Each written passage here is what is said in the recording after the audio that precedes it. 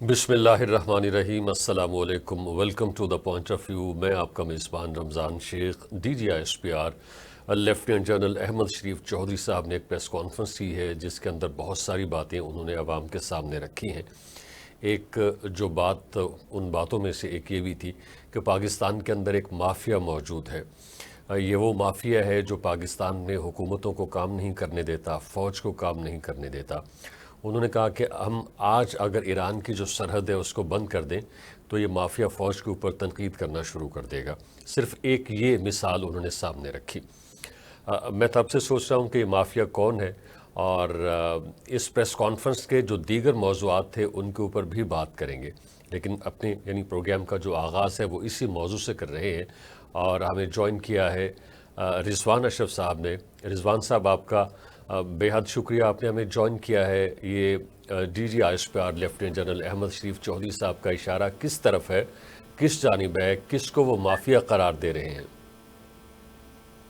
देखिए, बहुत शुक्रिया शेख साहब। बात यह है कि जो DGI SPR ने प्रेस कॉन्फ्रेंस की है उसमें उन्होंने जिक्र किया बिल्कुल माफिया का, और ये माफिया के ऊपर किस तरह से हाथ डालना है, कैसे हाथ डालना है, ये तो या गवर्नमेंट बता सकती है, या अगर ये DGI SPR ने बात की है तो या वो बता सकते हैं कौन सी माफिया है, कौन से लोग हैं।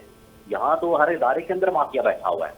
यहाँ हर आप कोई इदारा उठा के देख लें, उसके अंदर माफिया बैठा हुआ है। तो या तो ये गवर्नमेंट की जिम्मेदारी है, या फिर अगर DGI SPR खुद इस बारे में निशानदेही कर रहे हैं और बता रहे हैं कौम को इस बारे में, तो उसके बारे में बताएं भी कि कौन लोग हैं, कौन सी माफिया है, ये कौन लोग हैं, या ये कौन सी अशराफिया है जो बैठी हुई है और मुल्क लूट रही है, उसका खजाना लूट रही है, और मुल्क को इस नहज पे पहुंचा दिया है, मुल्क को इस तबाही और बर्बादी के ऊपर पहुंचा दिया है। रिजवान साहब, हमारे तो यहाँ एक यानी एक जो इस वक्त गालिब तासुर है वो ये है कि जितनी पॉलिटिकल पार्टीज़ हैं उनमें से एक ऐसी सियासी जमात है जो सबसे ज़्यादा क्रिटिकल है फ़ौज के हवाले से। क्या उनका इशारा उस तरफ भी हो सकता है? देखिए, ये तो वही बेहतर बता सकते हैं कि उनका इशारा किस तरफ है। और वो तो एक पॉलिटिकल पार्टी है, वो तो एक सियासी जमात है। सियासी जमात का क्या ताल्लुक हो सकता है कि बॉर्डर के ऊपर जो है वो स्मगलिंग के मामला को देख रही है या स्मगलिंग कर रही है। तो ये तो वही बता सकते हैं, गवर्नमेंट वाले बता सकते हैं, या DGI SPR को बता सकते हैं कि वो कौन सी माफिया है, कौन सा शराफिया है, कौन से लोग हैं। इससे पहले उन्होंने, हालांकि जब ये आर्मी चीफ बने थे जनरल आसन, तो आते साथ ही उन्होंने, जब ये डॉलर के ऊपर, डॉलर बड़ा ऊपर जा रहा था, स्मगलिंग बड़ी हो रही थी, डीजल की, तेल की, ईरान के थ्रू, इलेक्ट्रॉनिक्स की, गाड़ियों की, और पता नहीं क्या क्या वहां पर स्मगलिंग होती है। तो उस वक्त की जो सदन कमांड थी, उसके जो सरबराह थे वो जनरल आसिफ गफूर थे। तो जनरल आसिफ ने उनको टास्क दिया था कि आप इसके ऊपर हाथ डालें, और आपको याद है, आपको पता है कि उन्होंने वहां पर बलूचिस्तान में फिर इनके ऊपर हाथ डाला था, डॉलर नीचे आ गया था, और वहाँ जितनी स्मगलिंग हो रही थी, कम से कम जो ये डॉलर वगैरह की, या जो हवाला हुंडी का काम होता है, जो इस चीज की पैसे की स्मगलिंग होती है, उसके ऊपर हाथ डाला और उन्होंने कंट्रोल कर लिया। और देखें, वो ये 300-350 से ऊपर निकल जाना था वरना डॉलर आज। तो उन्होंने उस वक्त इसको कंट्रोल किया, वो नीचे आ गया। आज तकरीबन तो 280-85 के ऊपर खड़ा है डॉलर। बिल्कुल सही। क्योंकि अच्छा, या फिर खुद हाथ अहमद डाले, अहमद या फिर शरीफ गवर्नमेंट साहब उसके ने, ऊपर हाथ डाले। रिजवान साहब, अहमद शरीफ साहब ने एक ये भी बात की। उन्होंने कहा कि एक तासुर पैदा किया जा रहा है कि बाहर से, यानी जो हमसाया मुल्क है उनके अंदर से जो भी चीज़ इलीगली पाकिस्तान के अंदर आती है, जैसे कि ईरान से तेल या बाकी मुल्कों से कुछ और, तो उन्होंने कहा कि ये तासुर पैदा किया जा रहा है कि आर्मी चूँकि बॉर्डर के ऊपर मौजूद होती है, फ़ौज बॉर्डर के ऊपर मौजूद होती है, तो ये काम उनके बग़ैर या उनकी मिली भगत के बग़ैर ये हो नहीं सकता। उन्होंने कहा कि ऐसी बात नहीं है, हम किसी को इलीगल या लीगल कुछ भी मंगवाने का या यहाँ से बाहर जाने का सर्टिफिकेट इशू नहीं करते हैं। ये जो सियासी हुकूमतें हैं, ये इस तरह के मामलात उनके हाथ में होते हैं, और फिर हमें क्यों इसके अंदर घसीटा जा रहा है? और ये बात उनकी ठीक है। देखिए, फौज तो जो बॉर्डर मैनेजमेंट है, बॉर्डर के मामला है, वो देखती है। और दूसरा ये कि जो बॉर्डर के मामला और स्मगलिंग के मामला हैं, वो सिर्फ फौज नहीं देखती, वहाँ पर गवर्नमेंट बराह रास्त उसमें कंट्रोल करती है चीज़ों को, क्योंकि वहाँ पर उनके इदारे मौजूद होते हैं, जिसके अंदर कस्टम्स है, जिसके अंदर FIA है। ये तमाम के तमाम इदारे वहाँ पर मौजूद होते हैं।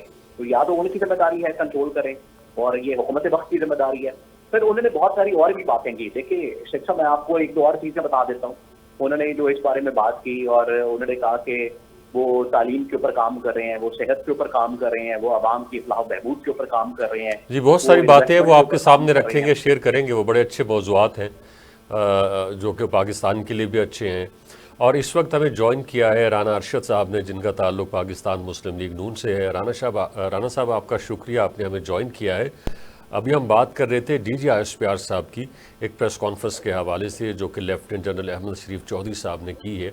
उनका ये कहना था कि पाकिस्तान के अंदर एक माफिया मौजूद है जो कि पाकिस्तान को तरक्की करते नहीं देखना चाहता। उन्होंने कहा कि इस वक्त जो बॉर्डर है उसके ऊपर जो भी यानी ट्रैफिकिंग हो रही है, जो इलीगल इधर से उधर जा रहा है या उधर से इधर जा रहा है, तो एक तासुर ये पैदा किया जा रहा है कि इसके ऊपर फ़ौज की निगरानी है। उन्होंने कहा कि ऐसा कुछ नहीं है, हमारी निगरानी उस तरह से नहीं है कि हम यहाँ से चीज़ों को बाहर भेजने के लिए कोई लाइसेंस इशू करें और फिर बाहर से अगर कोई मिसाल के तौर पे ईरान से पाकिस्तान के अंदर पेट्रोल आता है इलीगली, तो हम उस हवाले से कोई लाइसेंस या परमिट इशू करें। उनका ये सियासी हुकूमतों का काम है और हमारे हवाले से तासुर पैदा किया जा रहा है कि शायद हम ये कर रहे हैं।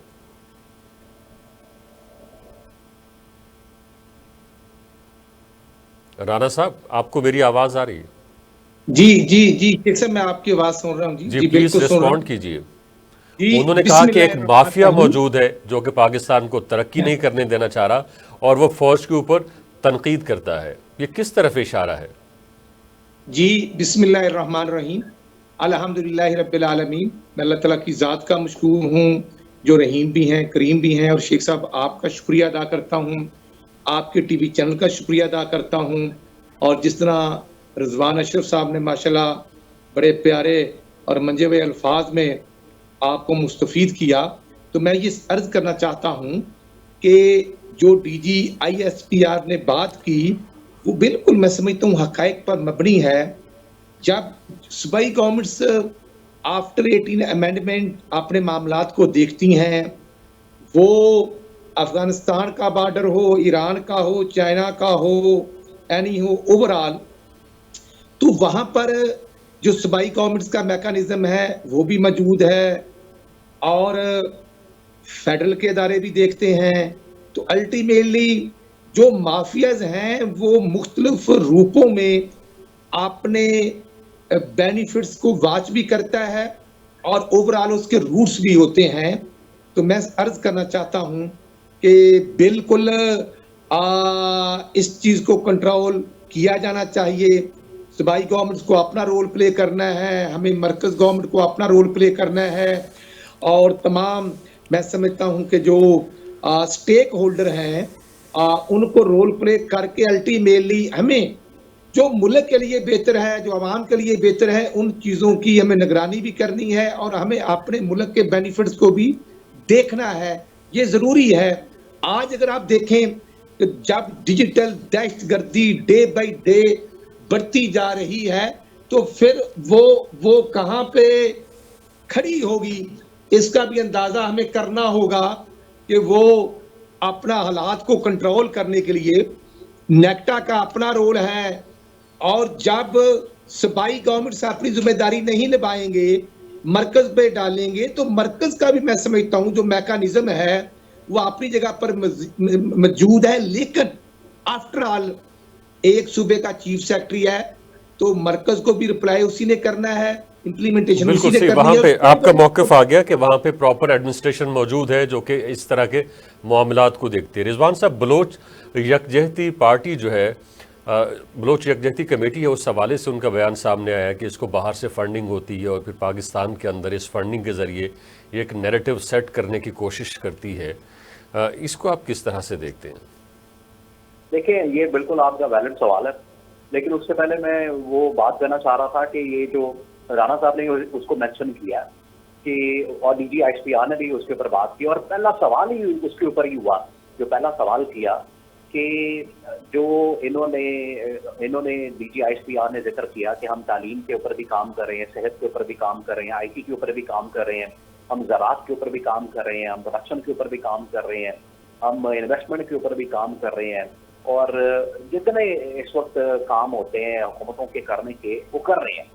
तो बात यह है कि ये तो फिर हुकूमत वक्त से पूछना चाहिए, उनसे सवाल करना बनता है कि ये काम वो क्यों नहीं कर रहे, क्योंकि उनके मातहत इदारे आते हैं, उनके पास ये तमाम के तमाम इदारे मौजूद हैं, और ये हुकूमत वक्त का काम होता है कि वो तालीम के ऊपर काम करे, वो सेहत के ऊपर काम करे, वो ज़राअत के ऊपर काम करे, वो प्रोडक्शन के ऊपर काम करे, वो IT के ऊपर काम करे, और इंफ्रास्ट्रक्चर के ऊपर काम करे, वो ट्रांसपोर्टेशन के ऊपर काम करे, वो FIA भी उनके पास है, उनके पास कस्टम्स है, वो बॉर्डर्स के ऊपर भी काम करें। वो रिजवान साहब, वो तो इस सूरत में है ना रिजवान साहब, हुकूमत का काम है। बिल्कुल ये हुकूमत का काम है, लेकिन जो आर्मी जो है वो पाकिस्तानी हुकूमत के, यानी जो भी जिस वक्त की हुकूमत होती है उसके शाना बशाना खड़ी होती है, उसको सपोर्ट करती है, उसका अपने एक इंफ्रास्ट्रक्चर है, अपने काम करने का तरीक़ाकार है, और वो उस हवाले से अपनी जिम्मेदारियां निभाती रहती है। ऐसा थोड़ी है कि उसने कि पूरे का पूरा इस सिस्टम का बीड़ा उठाया हुआ है। वो कुछ जगहों के ऊपर अपना काम करती है, वो पूरे यानी एजुकेशन सिस्टम को तो नहीं संभाला हुआ उसने। हाँ, यही मेरा सवाल ये है गवर्नमेंट से कि गवर्नमेंट बताए हमें कि अगर ये तमाम के तमाम सेक्टर्स में, तमाम के तमाम डिपार्टमेंट में अगर पाकिस्तान की फौज काम कर रही है तो गवर्नमेंट क्या कर रही है। सही, बिल्कुल सही, आपका पॉइंट आ गया है। राना साहब की तरफ चलते हैं। राना साहब, हमारे जो इस वक्त पैनल के अंदर मौजूद है, रिजवान अशरफ साहब, उन्होंने एक सवाल उठाया है DGISPR की प्रेस कॉन्फ्रेंस के हवाले से। DGISPR ने अपने प्रेस कॉन्फ्रेंस के अंदर कहा था कि हम इस वक्त मुख्तलिफ महाजों के ऊपर काम कर रहे हैं जिनमें दहशत गर्दी है, और इसके अलावा हम कोई फलाही काम भी कर रहे हैं जिनमें तालीम है, जिनमें सेहत है। तो रिजवान साहब ये कहते हैं कि ये तो काम सिविल हुकूमत के करने वाले होते हैं, तो वो सिविल हुकूमत कहाँ है इस वक्त, वो क्यों नहीं कर रही कि इस तरह के काम जो है वो आर्मी को करने पड़ रहे हैं। जी, मैं समझता हूँ बिल्कुल रिजवान साहब की बात भी अपनी जगह पे बड़ी वैलिड है। DGISPR का जो पॉइंट ऑफ व्यू वो भी बड़ा वैलिड है। तो मैं ये अर्ज करूंगा कि जो तमाम स्टेक होल्डर्स हैं, सबका अपना रोल होता है। तमाम डिपार्टमेंट्स में, वो एजुकेशन हो, वो हेल्थ हो, और जिस जगह पर मैं समझता हूँ कि आर्मी के अदारे हैं और वो चला रहे हैं, वो रिलेटेड टू हेल्थ हो या एजुकेशन हो, तो वो भी एक रोल प्ले कर रहे होते हैं। और आफ्टर ऑल मैं समझता हूँ एक मैकेनिज्म भी होता है। अगर सिक्योरिटी के पॉइंट ऑफ व्यू से देखेंगे तो उसमें मैं समझता हूँ कि आर्मी के इदारे हों या नेक्टा का इदारे हों, उन्होंने ओवरऑल चीज़ों को देखना होता है, और एस्टेब्लिशमेंट का एक रोल होता है, और उसी तरह मैं समझता हूँ अदारों का भी रोल होता है।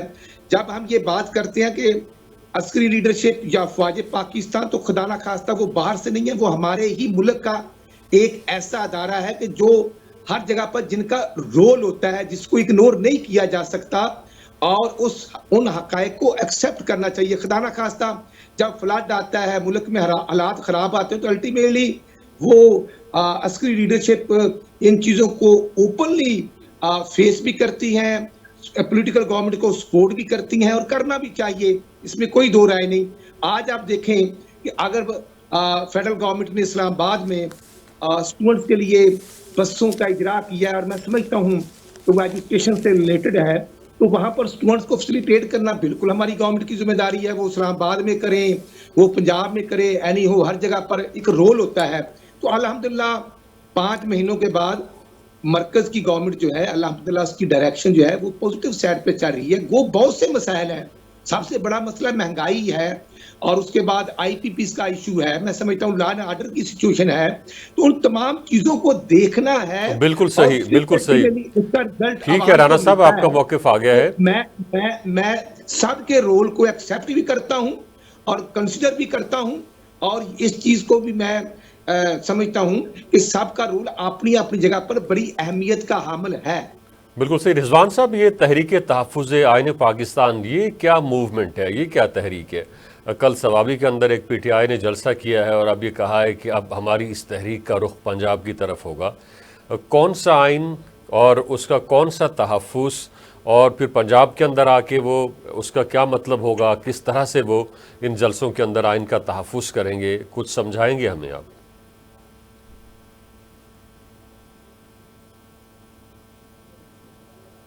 जो अपोजिशन की जितनी जमातें हैं, उन सब ने मिलकर एक इत्तेहाद बनाया हुआ है, और इत्तेहाद जो है वो पाकिस्तान की तारीख के अंदर बनते रहते हैं, वो चाहे PNA हो, वो चाहे अभी 70s का पीएमए हो या अभी की मिसाल ले लें आप पीडीएम हो, तो ये इस तरह के इतिहास तो बनते रहते हैं। अब ये इन्होंने बना लिया है ऑपोजिशन जिसके अंदर पीटीआई लीड कर रही है, तहरीक इंसाफ लीड कर रही है, और उसके अंदर उन्होंने तहरीक इंसाफ से आईन पाकिस्तान बनाया है, एक अलायंस बनाया है, एक उन्होंने एक मूवमेंट बनाई है। उसका उन्होंने पहला जलसा जो किया है स्वाबी के अंदर।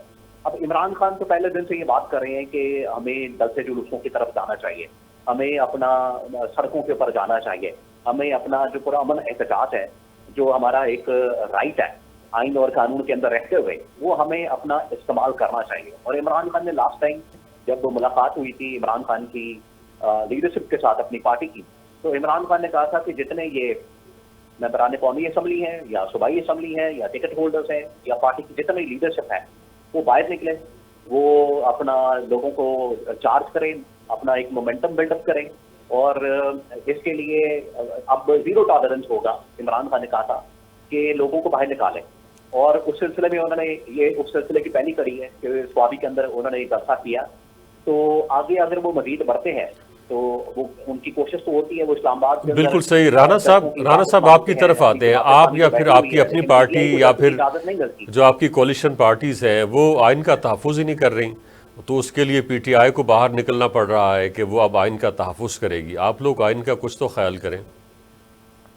शेख साहब, वो कौन सा आइन जिसका मुजाहरा 9 मई को हुआ पाकिस्तान भर में, उस आइन का तहफ़्फ़ुज़ करना है जिस आइन के तहत 10 अप्रैल 2022 को आपकी पार्लियामेंट कौमी असम्बली को तहलील किया गया था? उस आइन का तहफ़्फ़ुज़ करना है जिसका डॉक्टर आरिफ अलवी ने बैठकर अप्रूवल दे दी थी और 1 घंटे में पूरा प्रोसीजर हो गया था। 1973 के आइन को बुलडोज कर दिया गया था, दफन करने की कोशिश की गई थी। उस आइन का तहफ़्फ़ुज़ करेंगे, और कौन करेगा? कौन करेगा? ये मुझ जैसे पॉलिटिकल वर्कर के लिए, जो हमने 30-35 साल बतौर वर्कर काम किया, हमारे लिए एक लम्हा फिक्रिया होती है। ये 26-27 साल की पीटीआई की गवर्नमेंट का क्या इम्पैक्ट था? अब 3rd टाइम खैबर पख्तूनख्वा में हुकूमत कर रहे हैं, और वहां पर उनके चीफ मिनिस्टर का स्टाइल क्या नूरी नथ स्टाइल है। ना वो किसी को तहफ़्फ़ुज़ अपने डिस्ट्रिक्ट में देते हैं कि डीआई खान में अगर एक बेसिक हेल्थ सेंटर पर दहशतगर्दी करके 5 मासूम बच्चों और नर्सेज को शहीद कर दिया जाता है, तो चीफ मिनिस्टर अपने जिले में नहीं जाते। शाम के बाद जो मौलाना फजल रहमान साहब ने पिछले महीने बात बलूचिस्तान में की थी कि शाम के बाद वहां थानों में पुलिस जो वो मैसूर हो जाती है, किसी के तहफ़्फ़ुज़ के लिए कोई निकलता नहीं है। मैं उस आइन की बात करूं जो बन्नू में हुआ सब कुछ, उस आइन की बात करूं, या जो 4 साल और पंजाब के अंदर 4.5 साल पीटीआई ने आइन का बड़ा गर्क किया, और वो तोशा खाना से लेकर अल कादर टेस्ट के नाम पर जो 500 कनाल जमीन चली गई, मैं उस आइन के तहफ़्फ़ुज़ की बात करूं। हाँ बिल्कुल उनका हक है, उन्होंने स्वाबी में जलसा किया, बिल्कुल किया, करना चाहिए। वो एहतजाज कर रहे हैं, पार्लियामेंट के बाहर बैठते हैं तो बैठे, अच्छी बात है, लेकिन वो अपने घर की जो उनकी लड़ाई है विद इन पार्टी, वो मरवत का इशू हो, गोहर का इशू हो, वो किस हद तक पहुंच चुका है? क्या यही अफरा तफरी, लाकानूनियत और फितना फैलाकर हम पाकिस्तान में अदम इस्तेहकाम पैदा करके किन लोगों को खुश करते हैं? आज पीटीआई की हुकूमत है, 4 सूबे हैं, तो चौथे सूबे में खैबर पख्तूनख्वा में वो बिल्कुल सही। राना साहब इसी के ऊपर, इसी मौजू के ऊपर बात करेंगे, लेकिन हमें फिलहाल एक ब्रेक की तरफ जाना है। जब ब्रेक से वापस आएंगे तो आप इसी गुफ्तगू को यहीं से रिज्यूम करेंगे। आप हमारे साथ रहिए। जी वेलकम बैक। पीटीआई के कल सवाबी में होने वाले जलसे के हवाले से बात हो रही है, और इस सिलसिले में हमें ज्वाइन किया है रिजवान अशरफ साहब ने और राना अरशद साहब ने, जिनका ताल्लुक पाकिस्तान मुस्लिम लीग नून से है।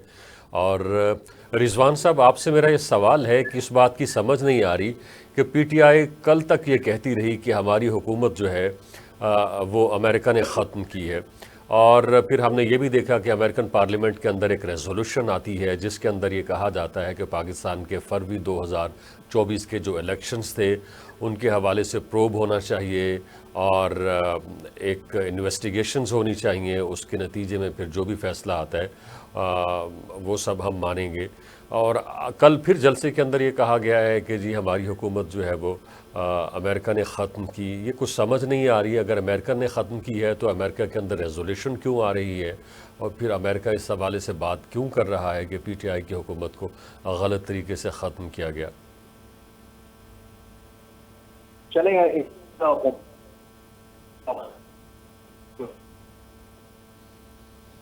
यानी किसी एक तरफ तो बैठ जाए ना, मतलब ये बात समझ में आ गई कि जी अमेरिका ने ख़त्म की। अमेरिका तो कोशिश कर रहा है, बल्कि कह रहा है अपनी कांग्रेस के अंदर एक रेजोल्यूशन लेके आता है कि जी फरवरी 2018 के जो इलेक्शन है उनका प्रोब होना चाहिए, और वो एक तरह से उसका मतलब यही है कि इमरान खान को हुकूमत में आना चाहिए। तो फिर ये तो कॉन्ट्राडिक्शंस है दोनों स्टेटमेंट्स के अंदर। मैं दो बातें कर दूं।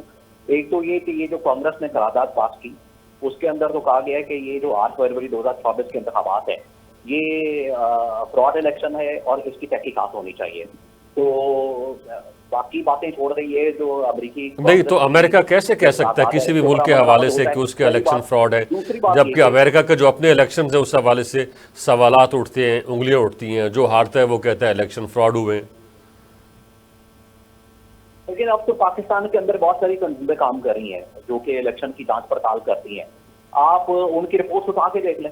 इस वक्त जो रिपोर्ट्स है वो इस वक्त नून लीग के पास भी मौजूद है, पीपल्स पार्टी वालों के पास भी मौजूद है, और हुकूमत के अंदर जितनी जमातें बैठी हुई हैं तमाम के पास मौजूद है कि पाकिस्तान के अंदर तंजीमें काम करती हैं, फैशन वगैरह या पतन वगैरह। अभी पतन की रिपोर्ट आप देख लें, उसको सामने रखें और उसके मुताबिक फैसला कर लें और ये चलें। वो पतन में तो रिपोर्ट जारी की है, आप ट्रिब्यूनल्स को काम करने दें, ट्रिब्यूनल्स को जो आज़ादाना तौर पर, इंडिपेंडेंट तौर पर उनको अपना काम करने दें और उसके अंदर जो भी मामलात हैं वो खोलने दें, तो उसका दूध पानी का पानी हो जाएगा, पूरी कौम के सामने आ जाएगा। सही। राना साहब, आपको समझ आती है स्टेटमेंट की? कल जो जलसे के अंदर ये कहा गया है कि जी अमेरिका ने पीटीआई की हुकूमत ख़त्म की। अमेरिका तो चाह रहा है कि ये पीटीआई फिर से इक़्तिदार में आए। शेख साहब इशू ये है कि जब इमरान नियाजी अमेरिका गया था और ट्रंप से बैठकर मकबूजा कश्मीर की सौदेबाजी हो गई और रात को आकर आधी रात को इस्लामाबाद कहा कि एक 92 का वर्ल्ड कप था और एक आज मैं जीत के आया हूं तो मेरा इस्तकबाल करें, तो रात को 2-3 बजे इस्लामाबाद की जमीन पर उसका इस्तकबाल किया गया था। और फिर उसके अगले दिन बाद फिर मकबूजा कश्मीर पर कब्जा हो गया था। 5 अगस्त 2019 की बात कर रहा हूं। तो मुझे ये बताएं, ये साइफर का ड्रामा करने वाले और 25 जुलाई 2018 को आरटीएम सिस्टम की अवधि नींद के नतीजे में मुसल्लत होने वाला इमरान नियाजी ये बात कर रहा है कि साइफर मुल्क का नाम नहीं लेना और जेब से निकाल कर कहता है अमेरिका, कहता नाम नहीं लेना, हमें साइफर खेलना है। ये उनके प्रिंसिपल सेक्रेटरी आजम खान बात करते हैं और उसके साथ साथ वो विद इन अपनी कोर कमेटी बात करते हैं कि हमने खेलना है। अमेरिका का नाम लेते लेते अब अमेरिकन की गोद में क्यों बैठ गए हैं? किसी एक बात पे तो खड़ा होना चाहिए। वहां पर जो लॉबी फर्म्स हायर की हुई हैं और जिनको करोड़ों डॉलर और पाउंड दिए जा रहे हैं, तो वो किस लिए दिए जा रहे हैं? इसलिए और वहां पर ट्रंप और बाइडेन का इलेक्शन हुआ, वो भी डिस्प्यूटेड था। उसके बाद आज अगर वहां पर इलेक्शन कैंपेन है तो ट्रंप पर फायरिंग नहीं होती, हो रही है। भाई अमेरिकन तो अपनी जमीन पर किसी को तहफ़्फ़ुज़ और आइन को की बालादस्ती कायम नहीं रख सकते, तो यहां पर मुदाखलत करना उनका वतीरा है। इसी तरह अमेरिकन ने 1998 में भी दखल अंदाजी करने की कोशिश की थी। जब 12 मई 1998 को इंडिया ने 4 धमाके किए थे, तो फिर अल्हम्दुलिल्लाह उस वक्त के प्राइम मिनिस्टर मोहम्मद नवाज शरीफ ने 28 मई 1998 को 4 के मुकाबले में 6 धमाके करके पाकिस्तान को एटमी ताकत बनाया था। बिल्कुल सही राना साहब, आपका मौक़िफ़ आ गया। रिजवान साहब, ये बताइए कि इस वक्त अपोजिशन कौन है? जमात इस्लामी इस वक्त अपोजिशन में है या पीटीआई इस वक्त अपोजिशन में है? पीटीआई को तो हम देखते हैं, उसे तो अपने केसेस की पड़ी हुई है, वो तो आवाम की इशू के ऊपर बात ही नहीं कर रही, जबकि आवाम की इशू को जो एड्रेस किया है, जो लेके आगे बढ़ रही है, वो जमात इस्लामी है। तो अगर अपोजिशन पार्टी जो है वो पीटीआई है तो फिर आवाम की इशूज़ के ऊपर बात तो करे।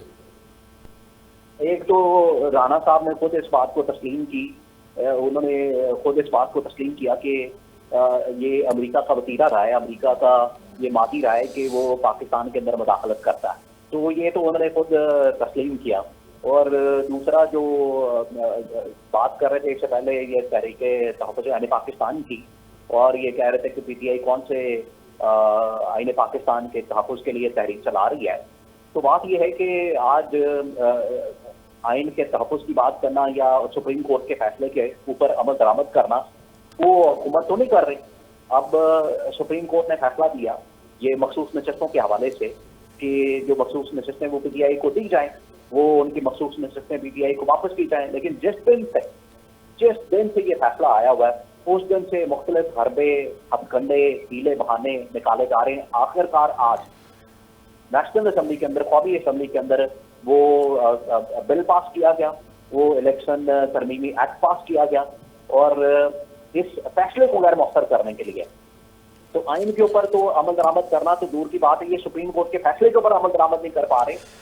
बिल्कुल सही रिजवान साहब, हम इसकी तरफ आते हैं। आप इलेक्शन बिल के हवाले से बात, मैंने आपसे ये सवाल किया था कि इस वक्त अपोजिशन में पार्टी कौन सी, अपोजिशन कौन सी सियासी जमात कर रही है? जमात इस्लामी कर रही है। पीटीआई तो जो अपोजिशन में रह के जिन इश्यूज़ को, यानी अवामी इश्यूज़ को उठाया जाता है, पीटीआई तो उस हवाले से बात ही नहीं करती, उसे तो अपने केसेस की पड़ी हुई है। तो वो जो अवाम के इश्यूज़ हैं, जो आपके इश्यूज़ हैं, जो हमारे इश्यूज़ हैं, उनके ऊपर बात क्यों नहीं करती है? जो जेन्युइन इश्यूज़ हैं, जिनमें महंगाई है, जिनमें बिजली के टैरिफ में इजाफा है, जिनमें लॉ एंड ऑर्डर की सूरत हाल है, तो इस हवाले से पीटीआई बात क्यों नहीं करती? ये मेरा सवाल था। आप इस हवाले से रिस्पॉन्ड करें प्लीज़। देखिए, ये तो आपका जेन्युइन इशू है, आपका जेन्युइन सवाल है। ये मुल्क के अंदर इस वक्त महंगाई का जो बेरोजगारी का जो अजाब है, मुल्क के अंदर आईपीपीएस की शक्ल में जो तूफान है, जो अजाब है इस मुल्क के ऊपर मसन्नत है, वो हुकूमत उसका निकाल रही है। जी राणा साहब, इस हवाले से आपने रिस्पॉन्ड करेंगे? आपने अपना हाथ जो है वो रेज किया था।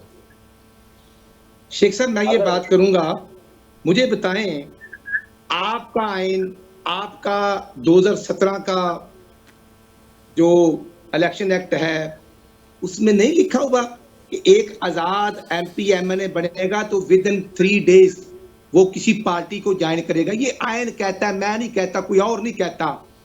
और उसके बाद जिस पार्टी को आप ज्वाइन करेंगे, हलफनामा दे देंगे, उसी में रहेंगे।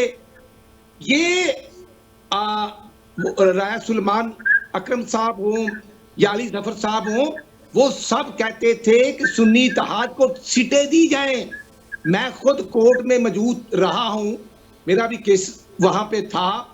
तो पीटीआई पर तो किसी ने डिमांड ही नहीं की सीटें देने का। और अब जो 2 ऑनरेबल जजेस ने, जस्टिस अमीन साहब और अफगान साहब ने जो पॉइंट ऑफ व्यू दिया है, जी, इख्तिलाफी नोट, आर्टिकल 106, आर्टिकल 51 और 63, इनकी तशरीह कैसे की गई है? एक पार्टी सीटें नहीं मांगती, उनको दे दी जाती हैं। 3 दिन की बजाय कह दिया जाता है कि 15 दिन में वो पार्टी ज्वाइन करेंगे। तो मुझे बताएं, आइन किसने बनाया? ऑनरेबल जजेस काबिल एहतराम तशरीह करते हैं, रीराइट नहीं करते। ये आपके मुल्क की पार्लियामेंट को ही इख्तियार है कानून बनाने का।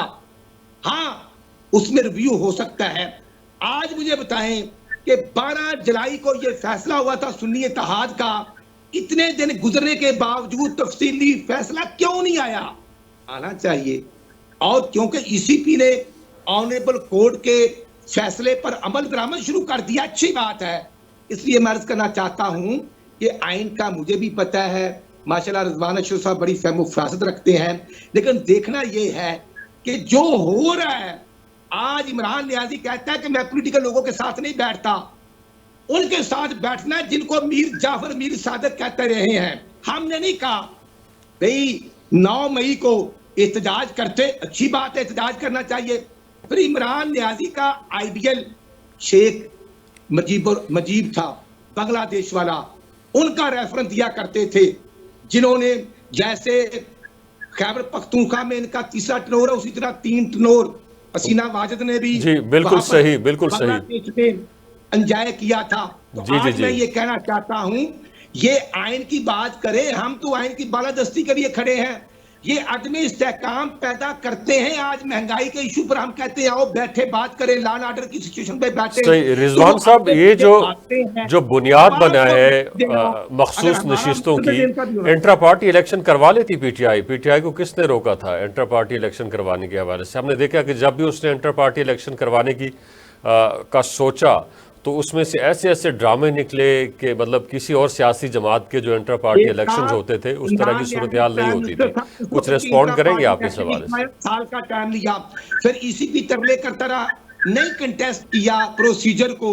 और हमें कानून सिखाते हैं, सिखाएं, लेकिन कानून पे अमल किस हद बिल्कुल तक सी। करते राणा हैं। साहब, आपका मौक़िफ़ आ गया है। रिजवान साहब आप हमारे साथ मौजूद हैं? जी जी। मैं ये कहना चाह रहा था कि पीटीआई यानी मखसूस नशिस्तों की जो बुनियाद है वो ये कि जी पीटीआई इंट्रा पार्टी इलेक्शंस करवा लेती, उस वक्त तो इलेक्शन नहीं करवाए उन्होंने। देखिए, वो तो पीटीआई इंटर पार्टी इलेक्शन कब करवाती है, और वो तो इलेक्शन कमीशन ऑफ पाकिस्तान के अंदर इन्होंने अपना इंटर पार्टी इलेक्शन के लिए जो तमाम तकाज़े हैं वो पूरे करने हैं। लेकिन असल जो इस वक्त मसला है वो तो है सुप्रीम कोर्ट के फैसले का। सुप्रीम कोर्ट का फैसला आ गया। सुप्रीम कोर्ट के फैसले में ये कहा गया है कि जो चीफ जस्टिस काजी फाइक, नहीं, वो तो पिटिशन में चले गए, अभी तो कुछ नहीं कहा जा सकता ना। उसे किस तरह से इम्प्लीमेंट किया जा सकता है कि जब वो पिटिशन में चले गए हैं, रिव्यू पिटिशन में चले गए हैं वो।